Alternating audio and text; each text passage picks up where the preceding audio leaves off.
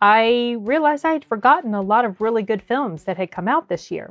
So surprisingly, it ended up being hard, well, a little tricky to narrow it down to 10. I think the 10 that I picked were probably pretty easy, but I did throw in 5 honorable mentions, and in all honesty, it's very possible that next year I'll feel like those honorable mentions would maybe fit better in the top 10 list, and some in the top 10 list could come down in honorable mentions. So I don't feel super strongly, is that even correct? I don't feel strongly about several of the slots, let's just say. I do definitely number 1, probably number 2, maybe number 3, but a lot of the ones like midway in the list and down could be interchanged very easily with honorable mentions. So I felt like it was only fair to include honorable mentions. So I'm going to go ahead and get started because I've got, like I said, 10 in my top 10, obviously, and 5 honorable mentions. So let's just go ahead and move on to honorable mentions. Really, no particular order. This is just how I put the list together. It took me a bit to get everything configured. So the honorable mentions, it's not hard and fast. In other words, whatever's on here, it's got equal footing with something else on the honorable mention list. So here we go. The 5th one, Shang-Chi. Now, a lot of people list this movie in their favorites, like the top 10 or whatever. And I remember when I saw the movie, I remember saying that I liked it, but it wasn't anything that just blew me away. And I also felt like the final battle left a bit to be desired. It was so CGI heavy and kind of hokey with the, it didn't work with me so well. However, I did really, really like the character of Shang-Chi's father, played by Tony Leung. That's the right way to say his name. No, sorry if it's not. I thought he was an excellent antagonist. One of the more relatable Marvel villains.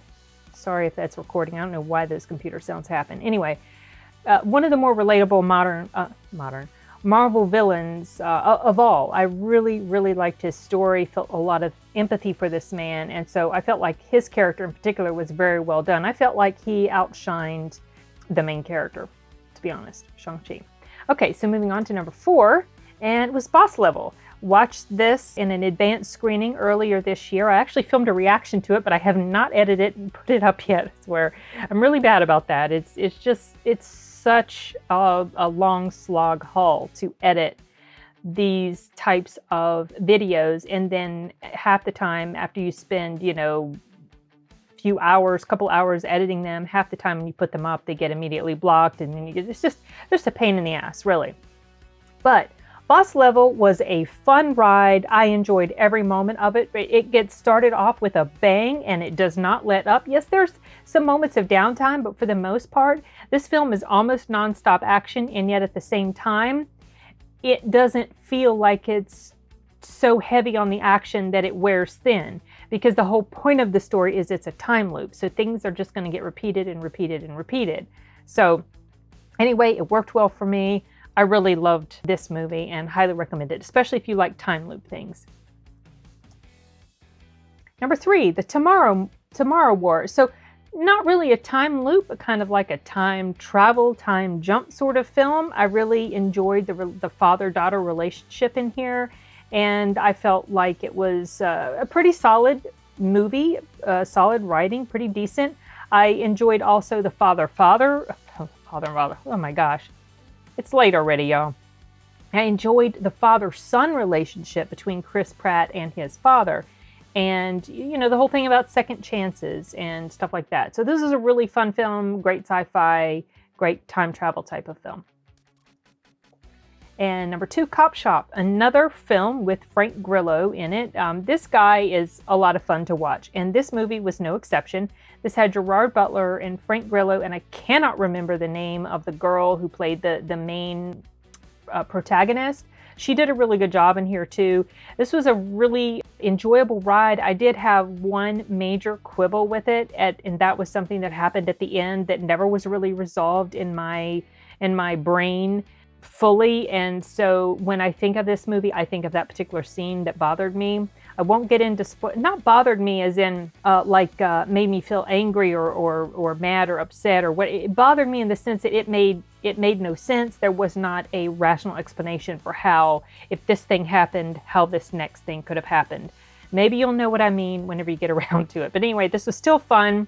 Great writing, great pacing, and just the way the story unfolded. I thought it was really, really good. And of course, *Malignant*. This was a surprise, to be honest. I was not expecting to like this film as much as I did.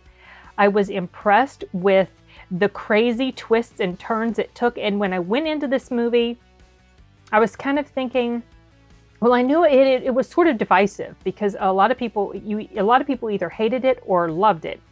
And so I went in thinking that I probably wasn't going to like it too much. And it started off kind of like, okay, well, all right. And then this big twist was revealed. And I'm like, oh, holy cow, I love this movie. This is so great. It's really bloody, very gory, very dark, very atmospheric. But I just felt like it was pulled off really well. And it worked. It worked for me. It worked for plenty of other people. For other people, it didn't. I don't know. Maybe they were just going in expecting something more along the lines of The Conjuring. This is not anything like that. But if you like James Wan, if you like creepy horror movies, give this a go. Okay, so now we're going to move on to the top 10. I'm going to start from 10, work my way to 1. And bear in mind that several of these can be very interchangeable. None of them are really, except for the first few, none of them are really cemented in stone or anything like that. So let's go ahead and proceed. So number 10 on the list, Belfast. Yes, this surprised me actually that I liked it as much as I did. I mean, I figured that it would be good, but I didn't figure that I would, or I didn't expect to enjoy it as much as I did. I didn't expect it to be as heartwarming and sweet and touching and sad and just, I really did not expect this swarm of emotions that I felt when I was watching it. And I did a review. I think I've done a review maybe for all of these movies that are on my list, either a review or I've done a reaction video to them. And obviously most or all of them haven't gone up, but I did do a review for this. And so if you'd like to check out a little bit more extensive thoughts on how I felt about this film, you can catch that in my movie reviews playlist, or maybe I'll link it here as well. So yeah, this was I thought it was very well done. It's not very long. It's just a sweet, simple little story. This boy growing up in Belfast, Ireland, and during a time of great turmoil, and it's loosely, or it's based, it's sort of a semi-autobiographical account of Kenneth Branagh's childhood. So give it a go. I think it's worth it. I think most people would probably enjoy this movie. Okay, number 9. Wrath of Man. This is a Guy Ritchie movie, but it does not feel like a Guy Ritchie movie in a lot of ways. This because it was not something that was written by him. It doesn't have a lot of humor in it. It's very, very dark. It's disturbing in certain scenes, but it's got a Guy Ritchie feel in the way he weaves the story together. Now, I think this was a remake of another movie, or either a movie adaptation of a foreign language book, something like that. I do not know how the original story goes, so I'm not sure if the way he told the story on film is like the weaving together of events, like the flashbacks and how he's showing different things happening. I don't know if that's part of the original story or if that's just the way he constructed it, but I thought this was really good. I went to go see it in theaters, and then when my brothers, I think my brothers and I, gosh, I can't remember the sequence of events. I don't remember if I saw it first and then my brothers and I went to go see it together. I can't recall. It doesn't really matter, but I've seen it at least twice on the big screen, and I feel like it was worth it. Scott Eastwood plays in here as a baddie, and I felt like he did a really good job as a baddie. I don't like him to be a bad guy. I want him to be a good guy, but he did really good as a bad guy. It was crazy. Okay, all right, moving on to number 8. Free Guy. I had a feeling I would enjoy this movie. I'm familiar with this type of story, you know, the whole, because of lit RPG, game lit type of stuff that I'm involved in for my work. So I kind of knew what I was getting myself into when I went to see this film, mostly because Ryan Reynolds, and he's just so much fun. But I didn't expect to have as much fun as I did with it. I felt like it was a very solidly crafted story, very well explained, because at first there were questions I had, like, why is he suddenly attracted to this girl, and how is he saying these things that are speaking to her so strongly? And then of course that's explained in the end, and I felt like it was done very well. It was a sweet little love story, a cute comedy, and a lot of fun action. And like I mentioned in my review for this movie, it did not matter that the action was crazy and over the top, because all of that stuff takes place in a video game where you can do what the heck ever and no consequences for the most part. So yeah, this was a really fun film, and it did pretty good at the box office, which I was glad to see, and it just enjoyable. Check it out if you haven't. All right, number 7, Nobody. This was such a good film. I remember being impressed with the efficiency of the writing. This entire movie is only about 90 minutes long, and yet it felt like it told a lot of story, and yet the story was very simple. It wasn't overly crazy with characters and events happening where things felt really rushed. I felt like the pacing was done very, very well, and the acting was really good, and the little moments of comedy were really good. And I remember that one of the first things I was thinking of when I walked out of the theater was like, wow, this was so well written. And I've mentioned this before many times. So like Venom is about an hour and a half, or a skosh more, right? Venom 2. This is about the same length. And yet the writing in this movie was so much more efficient and just solid, and the pacing very, very good. But Venom, it was just not. If you want to compare and contrast effective storytelling, watch Nobody and watch Venom. And I mean, I know they're both completely different genres, but I just couldn't help but compare Venom to Nobody in my mind when I watched it. And I was just impressed with the story. I felt like he did a really good job, like I said, in the acting. And it's just not super long, so you won't be in the seat too long watching it, but hopefully you'll enjoy it as much as I did. Okay, number 6, The Suicide Squad. I wasn't super crazy about the first one, but this one was a huge improvement over that, and it was so fun. I think I saw it 2 or 3 times on the big screen, maybe. I was disappointed that it didn't do very well. I think maybe part of that might have been because people were sort of perhaps turned off from how not so great the first one was. But this one is actually really solid, very funny. The acting is really good. The action is really good. There's a very good pacing, and I felt like each character was given a fair amount of screen time and story. Obviously, some were focused on more than others.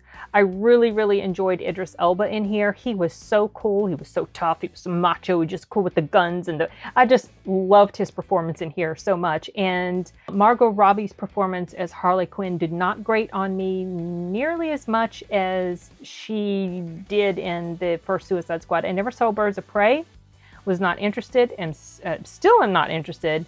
So I based on what I saw in the trailers, I felt like I wouldn't care too much for her, Harley in that movie. But in this movie, she was ditzy and ridiculous and silly, but at the same time, it was something about the way it was carried off that was so much more effective and enjoyable for me than in the other film. And this film was also surprisingly, what's the word? It took a surprising turn. And it was sad to see this particular thing happen, but at the same time, I feel like that particular thing sort of gave this movie a little bit more weight than it might might not have had otherwise. I don't want to spoil it if you haven't seen it, but if you haven't seen it, if you like comic book movies, if you like DC movies, well, DC gets such a bad rap, but I enjoy most of their movies, honestly. So if you haven't checked this out yet, give it a go. It's worth it, in my opinion. A lot of fun. Okay, number 5. The King's Man. I have very sad memories associated with this movie because the first time I went to see it, we got a disturbing text from my daughter about Scooter having had a seizure, and we left. The movie, it had like about 30-40 minutes to go, and we left because I couldn't stay there. I knew I couldn't enjoy the rest of the movie worrying about Scooter and knowing what had to be done because of his situation, and I've talked about that in other videos. But then the next day, we went back and watched it again and got to see the ending, and I was surprised at how emotionally impactful this movie was, and the messaging in it that I personally felt was set out there in a way that was pretty effective and got its point across, and surprisingly quite touching in different scenes in here. It's not a huge, or there's not a ton of action in here, as I mentioned in my review, but the action that is done is pretty good, quite well choreographed. Some little things like I've mentioned before, about how you can tell this has been choreographed and the person ducks a little too soon before that sort of stuff. But it's pretty minor. The overall story, though, and how different historical facts are interwoven, I feel like was done extremely well. Yes, they took liberties with history, but still it was entertaining and also kind of made you think a bit, and pretty emotional too. So check this one out if you haven't seen it. It's getting overshadowed by Spider-Man, but I still feel like it's worth the big screen experience if you can. All right, number 4. Last Night in Soho. I was really impressed with this movie, and the best way I can describe it is like a ghost mystery, but it's not your typical ghost mystery. I feel like the writing in here was good, the pacing was good, the acting was good, the way events unfolded was it just kind of kept you really drawn into what was happening. And my brother himself had told me that he didn't really like ghost stories, but then when I talked him into going ahead and watching it, he said he actually liked it a lot. And I was like, yeah, because it's not your typical ghost story. It's got mystery in there and ghosty stuff, but also suspense and sort of investigative stuff that's going on. And I appreciated the hell out of this film. I think I've seen it 2 or 3. Yeah, I've seen it at least 3 times now. Probably will be something that I add to my collection, either physical or digital or both. Okay, number 3. I know this movie got hated on quite a bit, but I actually thought it was decent. Some people did not like the plot. They felt like it should have focused on Natasha and Clint's time in, I don't know, where was it, Hungary or something like that? Where they've been holed up for a while. I mean, that probably would have made for a great story as well, but I thought this was still very interesting. It was fun, and it was funny, and honestly, what's her name? Oh, I forgot her name. Pugh. I think that's her name.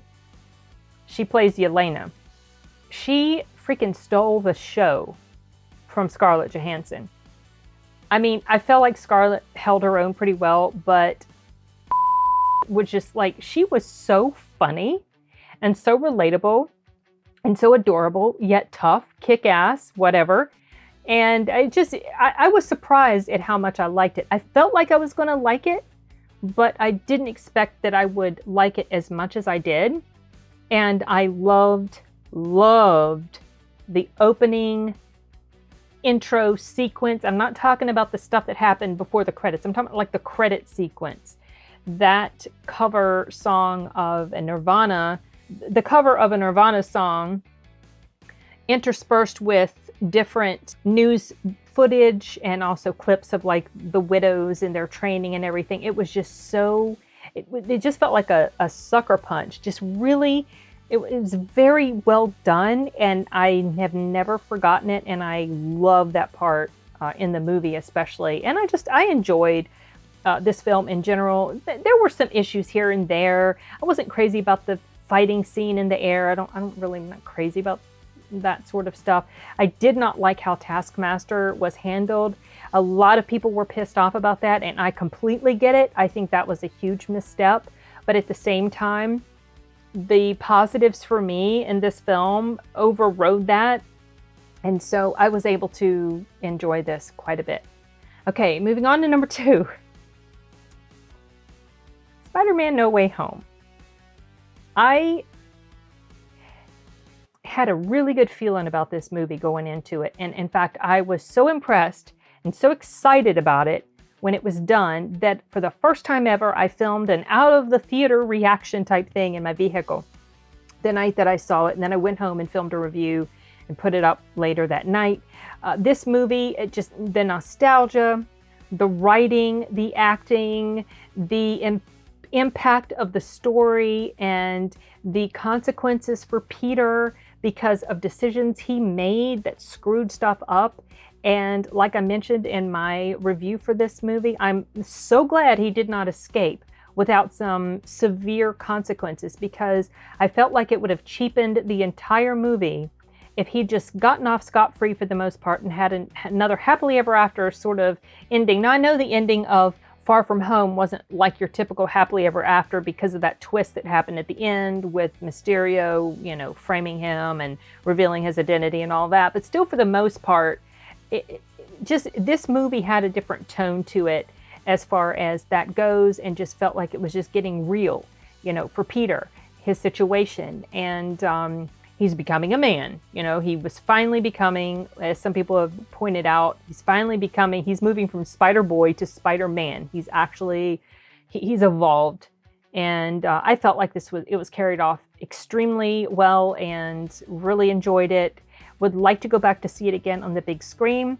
Was planning to go see it on the big screen again last week, but we had ended up doing The Kingsman instead that particular day because we had to leave the theater the day before, as I mentioned. So I haven't seen this the second time yet, but I have gotten the biggest kick out of watching reaction videos on YouTube of different events that happen in this movie, and the crowd, the enthusiasm, and some of the theater crowds are so enthusiastic, standing up, screaming, jumping, clapping. Our crowd was enthusiastic, but not quite as enthusiastic as some of the others I've been seeing on YouTube. It's a lot of fun. Go check them out if you've seen the movie already. If you haven't seen it and you care about spoilers, don't check them out yet. Okay, number 1. And this actually was not hard at all for me to pick. Yes, it's number 1 above Spider-Man. Some people might think I'm crazy, but Zack Snyder's Justice League, y'all. This was the most enjoyable movie experience this whole year. I mean, it was 4 hours of absolute fun. And it didn't feel like it was 4 hours long. I knew it was long because there was a crap ton of story to tell, but I was so happy that Zack was able to bring his vision to life the way it was meant to be. And I really am so bummed that this didn't end up on the big screen. I had heard that it was going to go to some big screens, but it didn't come to mine. And quite honestly, I would have gone to see it, and I wouldn't have been sorry at all that it was 4 hours and I was sitting in the theater for 4 hours. I would have gone to see it multiple times if it had been on the big screen. I feel like that this story, he did justice, no pun intended, to the Justice League in this movie, and it took a long time coming, and it's just been such a buildup of anticipation, and the fan enthusiasm is what really helped make this happen. And really glad that the studio actually listened to the fans and gave us this piece of comic book wonderfulness. I mean, there were so many shots in here that looked like it could have come from the pages of a comic book. It was so awesome. And I remember I filmed a reaction to it while I was watching it, and I was just so happy, so excited. I mean, I could have sat down and watched the whole thing all over again after I finished it that first time. But yeah, this is a wonderful film. If you are a DC fan, even if you're not a DC fan, if you're a comic book fan, comic book movie fan, superhero fan, check this movie out if you haven't already. It is now out on Blu-ray, obviously, DVD. It's on HBO Max. They do not sell it digitally as of now, or I would have already added it to my Vudu catalog because HBO wants to hold on to the digital rights to it. That's kind of annoying, but whatever. I very quickly bought this thing when it became available, and I don't regret it at all. And in fact, I would love to watch this thing again. I think this movie, I think I mentioned when I was doing my reaction video to it, and maybe my review, I don't recall exactly when, but I think this movie has slid into my top 10 now. It's replaced one of the movies in my top 10 from when I did like a top 10 movie video a while back. Might have bumped Warrior off, not sure. I'd have to reanalyze that. But anyway, this was just a massively fun time. I enjoyed the heck out of it. All the characters I felt were given equal, not necessarily equal screen time, because some of the characters were more significant and important to the story than others. But I felt like justice, there's no pun intended, I promise. Justice was done to the characters. Definitely Cyborg and the Flash.